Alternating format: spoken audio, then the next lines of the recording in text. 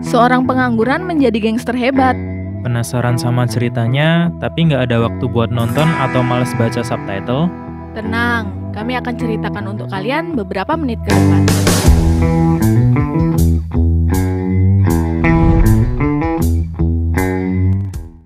Dikisahkan, pemeran utama di film ini bernama Choi Ik-hyun. Dia kehilangan pekerjaan di bea cukai dikarenakan ketahuan sering menerima suap.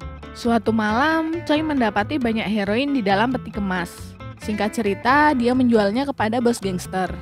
Ternyata bos gangster tersebut adalah Hyung Bae. Mereka dari satu klan yang sama dan Choi adalah ayah tertua. Setelah itu, Choi memutuskan untuk ikut masuk ke dunia gangster. Choi memanfaatkan koneksinya untuk kepentingan gengnya. Hal ini membuat Choi bisa sukses di dunia gangster dan berhasil mengubah nasib. Suatu hari, Choi bertemu dengan seorang pemilik diskotik yang meminta tolong kepadanya. Dikarenakan ada sekelompok gangster yang dipimpin oleh bos bernama Pan Ho, yang mengambil keuntungan dengan tidak sewajarnya.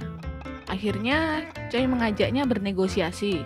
Namun, Pan Ho nampaknya tidak setuju dengan gagasan Choi, yang akhirnya Choi dilempar keluar. Choi yang tidak terima dengan hal tersebut, lalu membawa anak buahnya untuk menghajar Pan Ho dan juga anak buahnya. Singkat cerita, Choi dan anak buahnya berhasil menguasai diskotik itu. Saat Hyung Bae sedang bersantai di sana, tiba-tiba didatangi polisi dan ditangkap. Ternyata dia telah dilaporkan atas tindakan penganiayaan kepada Pan Ho.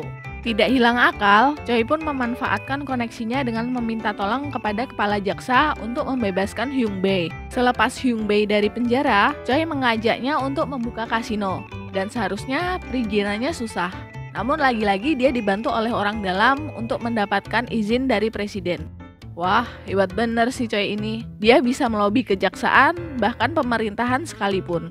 Belum puas dengan kesuksesannya, Choi diam-diam mengajak Pan Ho untuk bekerja sama tanpa sepengetahuan Hyung Bae. Namun nampaknya ada anak buah Hyung Bae yang mengintai pembicaraan mereka.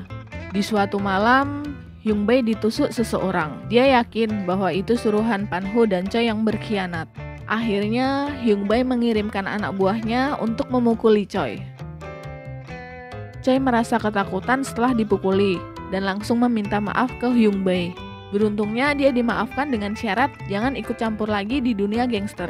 Sebelum mengundurkan diri, Choi mendapatkan saham dari kasino yang dia buka bersama Hyung Bae. Namun, dia tidak terima karena bagiannya terlalu sedikit. Di sini dia emosi karena merasa tidak dihargai.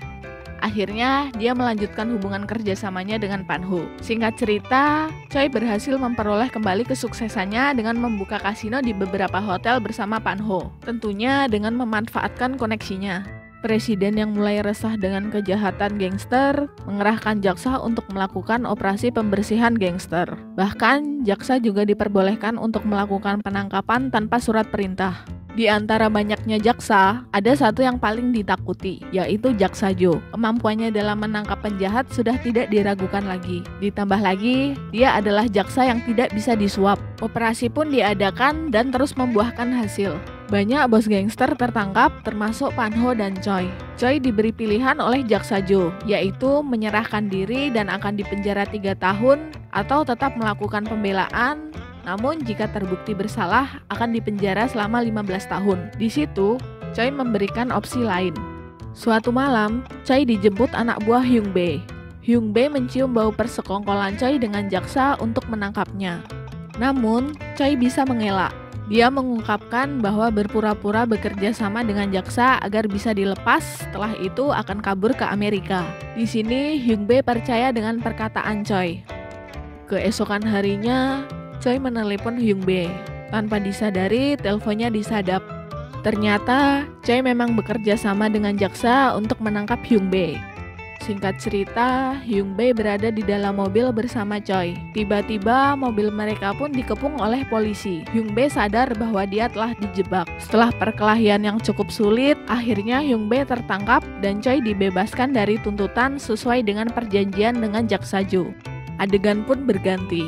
Beberapa tahun kemudian, Choi hidup bahagia bersama keluarganya. Saat sedang menggendong cucunya, tiba-tiba muncul orang dari belakang dan membisikkan ayah tertua.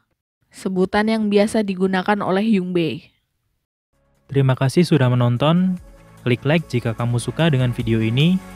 Jangan lupa subscribe dan klik lonceng untuk hidupkan notifikasi kalau kamu penasaran dengan video kami selanjutnya. Kamu juga bisa request film untuk kami ceritakan dengan ketikan di kolom komentar.